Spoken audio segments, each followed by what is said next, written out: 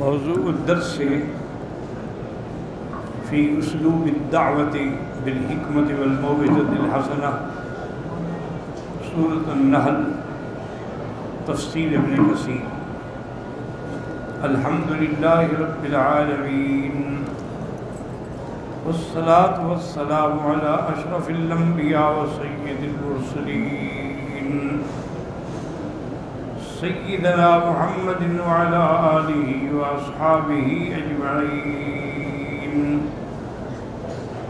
اللہم صل علی سیدنا محمد وعلى آل سیدنا محمد كما صليت على إبراهيم وعلى آل إبراهيم في العالمين إنك حميد مجيد۔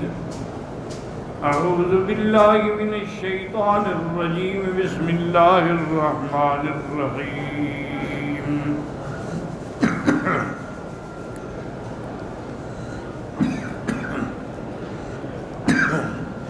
ادع إلى سبيل ربك بالحكمة والموعظة الحسنة وجادلهم بالتي هي أحسن إن ربك هو أعلم بمن ضل عن سبيله وهو أعلم بالمهتدين۔ وإن عاقبتم فعاقبوا بمثل ما عوقبتم به وَلَئِن صَبَرْتُمْ لَهُوَ خَيْرٌ لِلصَّابِرِينَ۔ وَاصْبِرْ وَمَا صَبْرُكَ إِلَّا بِاللَّهِ وَلَا تَحْزَنْ عَلَيْهِمْ وَلَا تَكُ فِي ضَيْقٍ مِّمَّا يَمْكُرُونَ۔ ان اللہ مع الذین اتقوا والذین هم محسنون۔ اللہ تبارک و تعالی نے کلام مقدس میں ان آیات مبارکہ میں میرے آقا سرکار دو عالم صلی اللہ علیہ وسلم کو حکم فرمایا ہے کہ جب لوگوں کو دعوت دینا اللہ کی توحید کی طرف تو حکمت کے ساتھ دعوت دیں، اور اسی طرح موعظہ حسنہ کے ساتھ دعوت دیں۔ دعوت کا اسلوب اتنا اچھا ہو کہ مخالف کے دل میں اتر جائے۔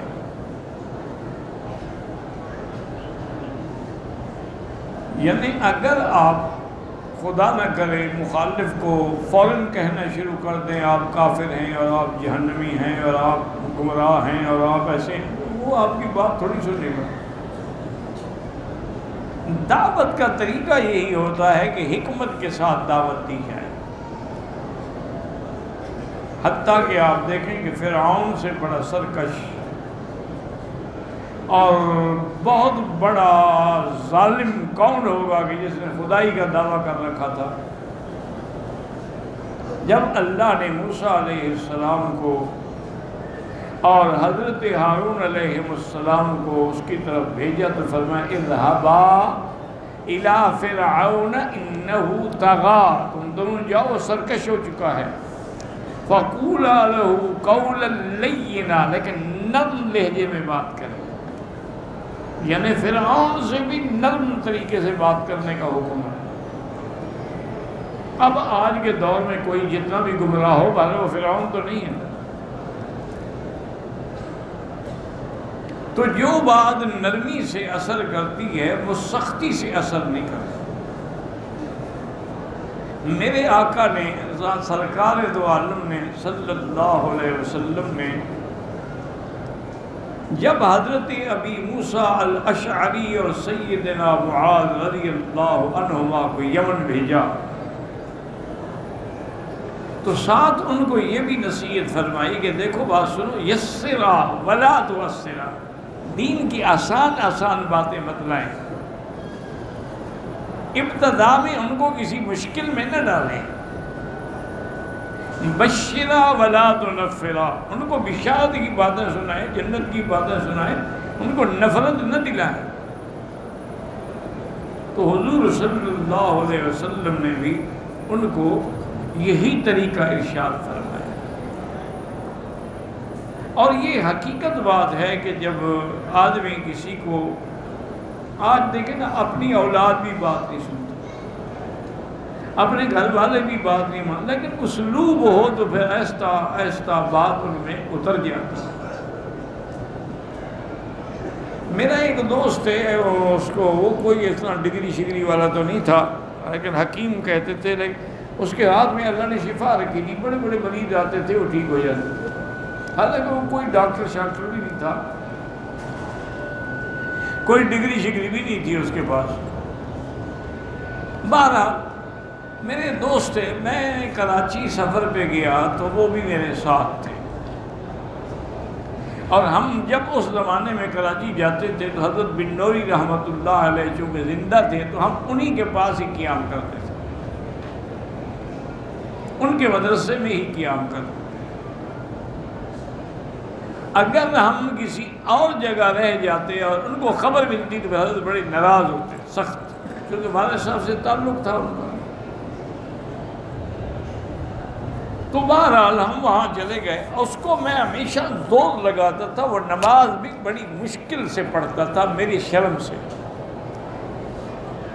یعنی میں پکڑ پکڑ کے اس کو لے جاتا تھا، وہ خود شوق سے نہیں پڑھتا تھا۔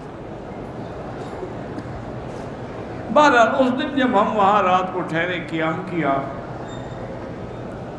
صبح کی نماز کے لیے جب میں مسجد میں پہنچا، مسجد بھی ماشاءاللہ عظیم الشان مسجد ہے وہ، اور اس کی صفائی دیکھنے والی ہوتی ہے۔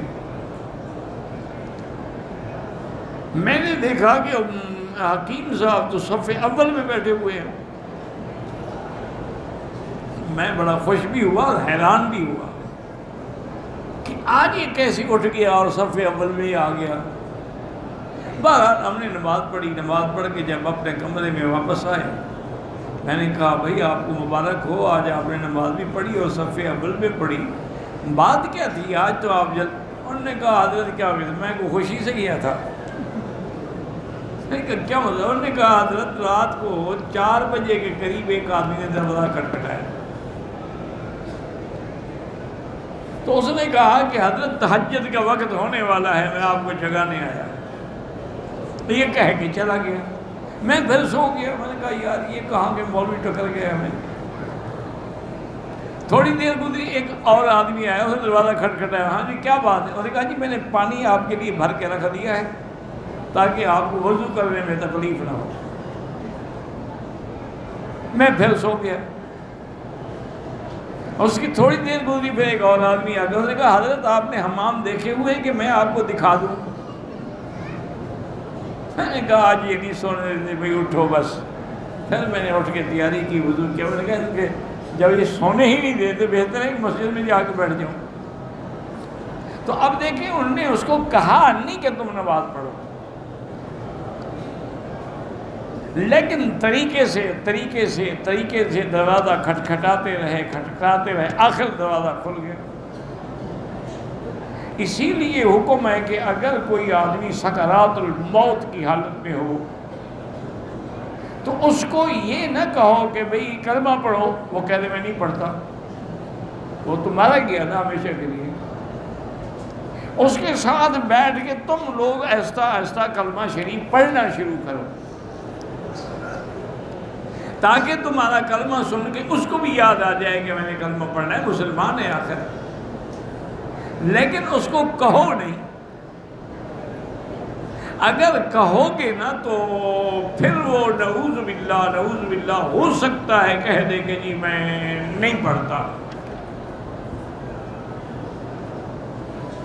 اسی طرح میں اس زمانے میں بہاولپور میں تھا، پڑھائی کا دور تھا، پڑھنے کا دور تھا، تو ایک مسجد تھی، تو کبھی کبھی میں وہاں نماز پڑھنے کے لیے چلا جاتا تھا۔ وہ امام صاحب جو نماز پڑھاتے تھے وہ قرآن شریف بڑا خوبصورت پڑھتے تھے، اور قرآن پڑھنے والا آدمی ہو نا اس کے پیچھے پر نماز کا بھی لطف آتا ہے، پتہ لگتا ہے نا کہ قرآن اللہ کی طرف سے ابھی اتر رہا ہے۔ اور اگر ہمارے ملک کی طرف یعلمون تعلمون ہو تو پھر وہ تو سر سے بلا اتارنی ہے، وہ کوئی نماز تو نہیں ہوتی۔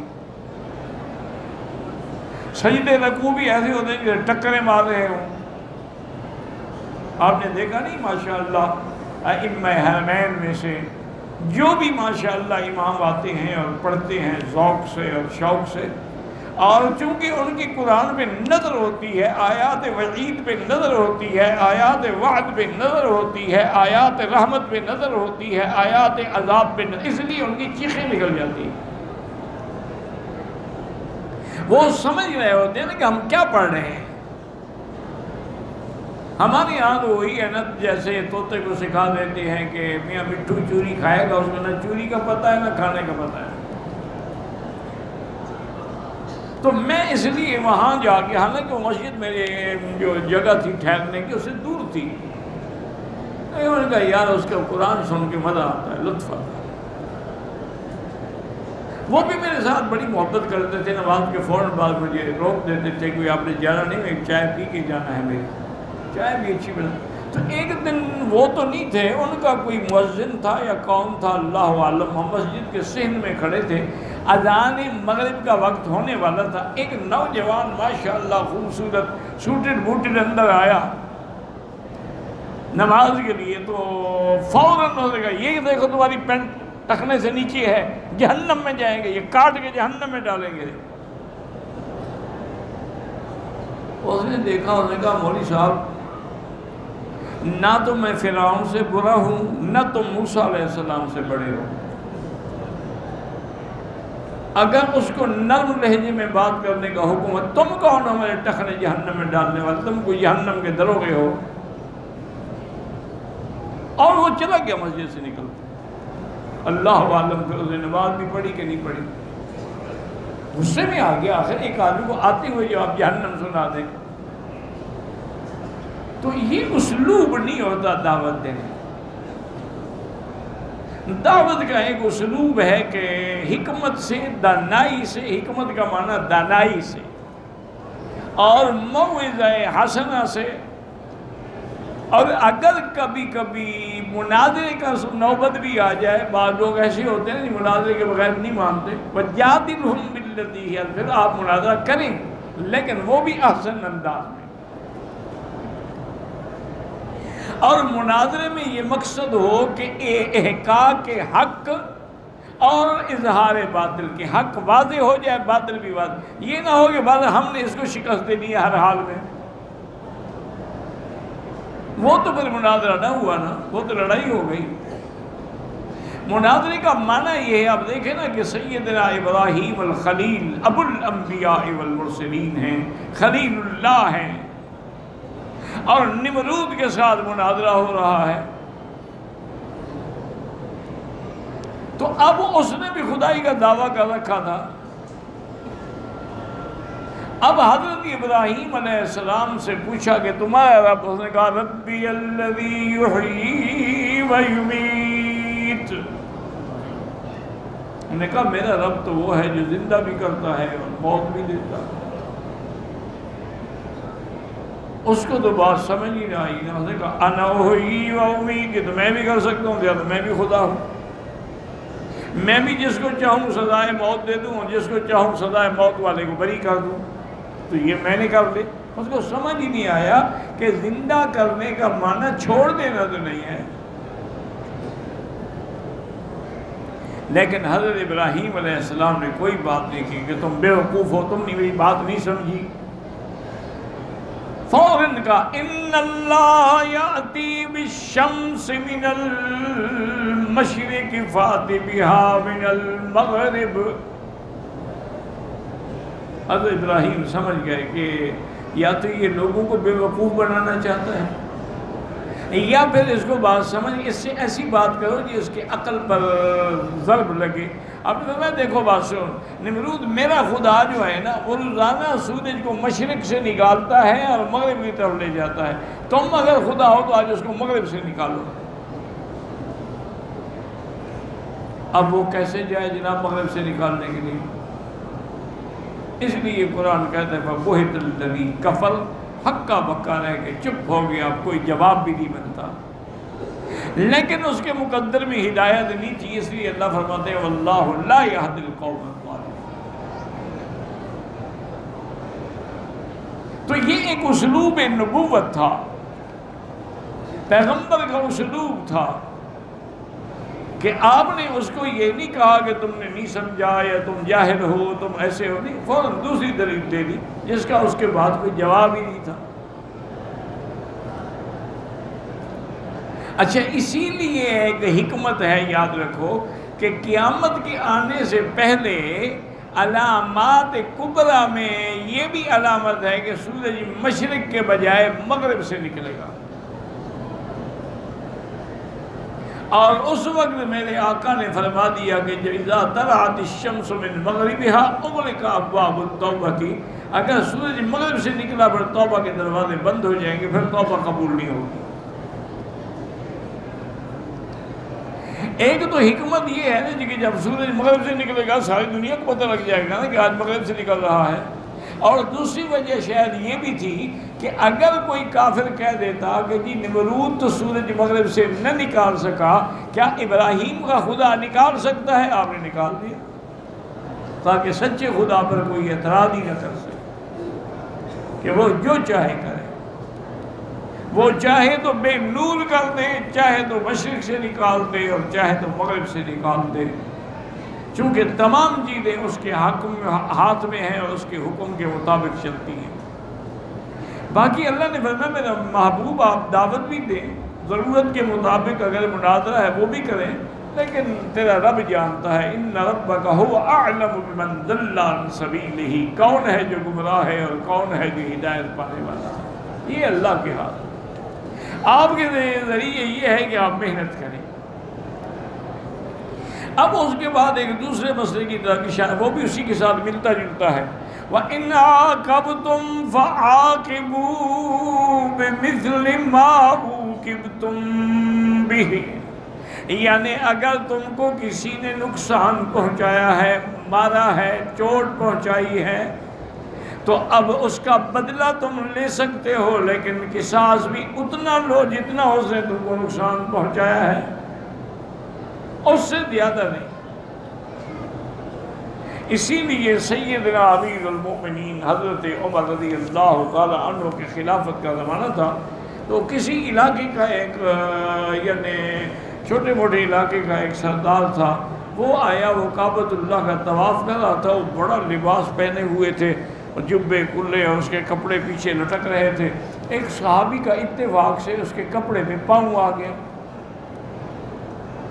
ایک تو اس کو کھچ لگی، اور دوسرا اس کا اتنا قیمتی کپڑا اور اطلس کے مخاب کا اور غریب آدمی کا پاؤں آ گیا، تو خراب بھی ہو گیا۔ اس نے غصے میں آ کے تھپڑ مارا۔ وہ صحابی روتے ہوئے امیر المومنین کی خدمت میں آئے کہ حضرت فلاں شخص طواف کر رہا ہے، میں نے وہ آمدن تو اس کے کپڑوں پہ پاؤں نہیں رکھا، اتفاق ہے زمین پہ گھسٹ رہا تھا کپڑا، میرا پاؤں اتفاق سے آ گیا اوپر، اس نے مجھے تھپڑ مارا ہے، مجھے بدلہ چاہیے۔ حضرت عمر نے حکم دیا کہ پکڑ کے لے آؤ۔ اس کو لے آئے، اس نے، وہ خود کہتا ہے کہ میں نے کسریٰ و قیصر کے دربار بھی دیکھے تھے، لیکن عمر کی دربار میں جو روب تھا وہ ان میں نہیں تھا، حالانکہ حضرت عمر مٹی پہ بیٹھے ہوئے تھے اور اینٹیں بنا رہے تھے، کوئی دربار شربار نہیں تھا، کوئی میز کرسیاں نہیں لگی ہوئی تھی، اور کوئی باہر چوکیدار نہیں کھڑے تھے کہ ہٹو بچو اندر نہیں آ سکتے ہو۔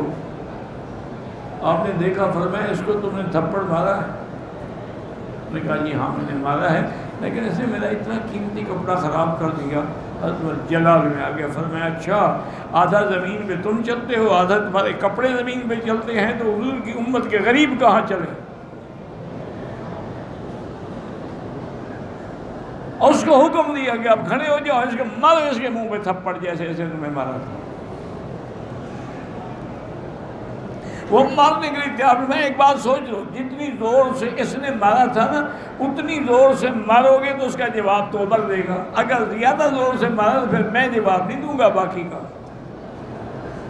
تمہیں اتنا حق ہے جتنا اس نے مارا ہے۔ تو اس نے کہا حضرت ہو سکتا ہے زیادہ لگ جائے تو میں ویسے ہی معاف کرتا ہوں، تو انہوں نے اس کو معاف کر دیا۔ لیکن مسئلہ یہی ہے کہ اگر کسی نے تمہیں نقصان دیا، اس سے بعض علماء نے ایک مسئلہ بھی نکالا ہے کہ مثلا ایک ظالم آدمی ہے، آپ کا حق کھا گیا، تنخواہ کھا گیا، لیکن آپ کو موقع مل گیا اس کی کمپنی سے، اتنے پیسے تم لے سکتے ہو جتنے اسے کھائے ہیں، اس سے زیادہ لینا جو ہے وہ حرام، اپنا حق وصول کر سکتے، لیکن اس کے باوجود بھی اللہ فرماتے ہیں وَلَئِن صَبَرْتُمْ، لیکن تم اگر بدلہ نہ دو اور صبر کرو تو وہ زیادہ بہتر ہے۔ اگر تم بدلہ نہ لو اور صبر کر جاؤ اور اللہ پہ چھوڑ دو تو وہ زیادہ بہتر ہے۔ وَلَئِن صَبَرْتُمْ لَهُوَ خَيْرٌ لِلصَّابِرِينَ، اس صبر والوں کے لیے زیادہ بہتر ہے۔ اور اللہ کے پیغمبر کو اللہ پاک نے تعلیم دی، فرمایا وَاصْبِرْ، میرا مدنی آپ بھی صبر کریں، یہ جو آپ کو ستاتے ہیں، کبھی آپ کو جادوگر کہتے ہیں، کبھی آپ کو شاعر کہتے ہیں، کبھی مجنون کہتے ہیں، کبھی آپ کے راستے میں کانٹے بچھاتے ہیں، کبھی آپ کو نمازوں سے روکتے ہیں، کبھی آپ کی گردن مبارک پہ جانوروں کے مردہ کے او جا کے رکھ دیتے ہیں، صبر کریں۔ وَمَا صَبْرُكَ إِلَّا بِاللَّهِ، یہ صبر بھی آپ کا جو ہے اللہ تبارک و تعالیٰ کے لیے ہے، اس کی رضا کے لیے ہے۔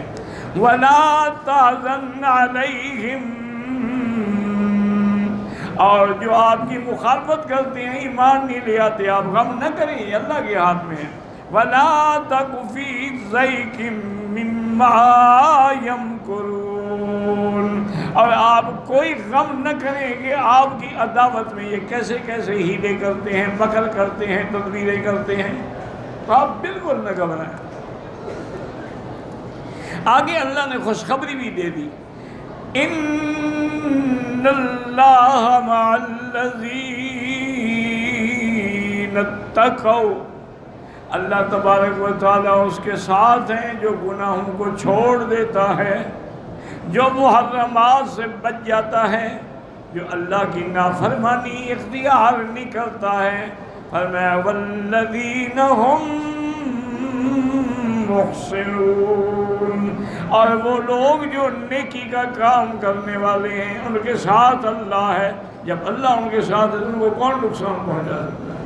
تو اہم چیز یہی ہے کہ آدمی اللہ کے فرمان کی اطاعت بھی کرے اور محرمات حرام چیزوں سے بھی بچے، تو اللہ تبارک و تعالیٰ کی مدد پھر شامل حال ہو جاتی ہے۔ واللہ اعلم۔